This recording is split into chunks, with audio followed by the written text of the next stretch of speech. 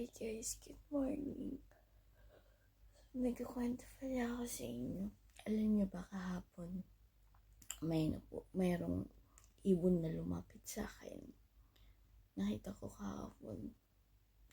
Kaya pala lumapit sa akin kasi meron siyang nararamdaman. Pakita ko sa inyo yung ibon. Ayun siya.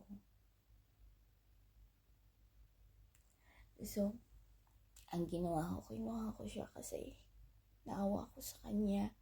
Tapos kahapon, umuulan. Hindi siya makalipad. Naisip ko, dati kasi meron na akong napulot na ibon noon. Tapos, ang ginawa ko, pinulot ko rin kasi hindi rin makalipad. Tulad din niya, hindi makalipad. Kaso pinabalik ng amo ko doon sa dati kung saan ko siya nakita namatay. Tapos, naisip ko, ito naman, ayokong mamatay din. Kaya kinuha ko siya. Gusto ko gumaling muna siya bago siya lumaya. Ayoko kasi may mangyari sa kanya. Siyempre, iniisip ko, what if ako yung ibon? Diba?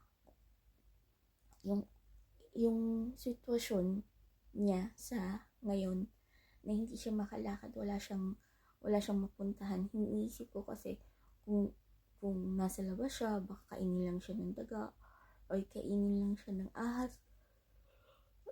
Kahagising ko lang. Kainin siya ng ahas. Naawa ako sa kanya. Kaya kinuha ko siya. Kaya pinasok ko siya dito sa loob ng kwarto ko. Tapos hintayin ko hanggang sa gumaling siya. Pakita ko sa inyo. Ayan siya guys. Oh. Kasi hindi siya makalakad. Ayan o.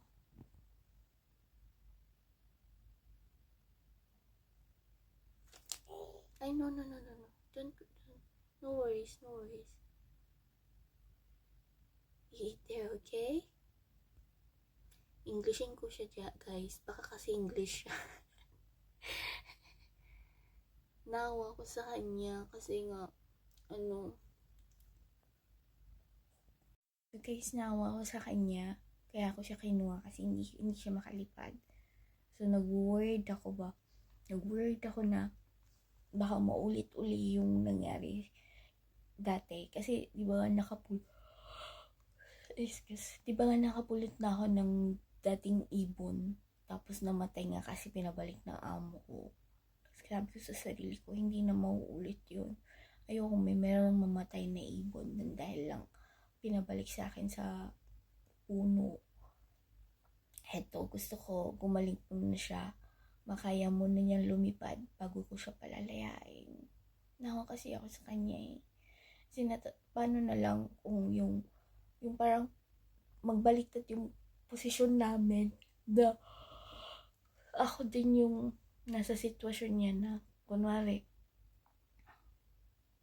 yung alam mo yung pakiramdam na kasi ako na wala kang tahanan. Di ba? Kapag wala ka kasing tahanan, parang hindi mo alam kung saan ka pupunta. Para siyang walang pamilya din. Nawa ako kaya kinuha ko na. Hindi siya makalakad. Nawa ko sa kanya. Sana maging okay na siya. Para maging malaya na siya. Yan. So anyway guys, iising na ako. Kasi kailangan na natin magtrabaho. Yung kagabi, nag-alala din ako. Gusto ko siyang itabi sa akin sa pagtulog ko. Kasi siya, siyempre naninibago pa. Natulog siya sa ilalim ng kama ko. Kasi ilagay ko siya sa kahon pero ayaw niya sa kahon. Pumunta siya sa ilalim ng kama. Pag ganyan alam niyo marami ding pusa dito. Pusa, meron din. May mga galagalang pusa. Marami din sila. Pusa, galang pusa. Meron din yung mga ang hirap sana gumaling na siya para makalipad na. Para maging okay na siya. Mahanap niya yung pamilya niya. Nag-aalala ako kahapon.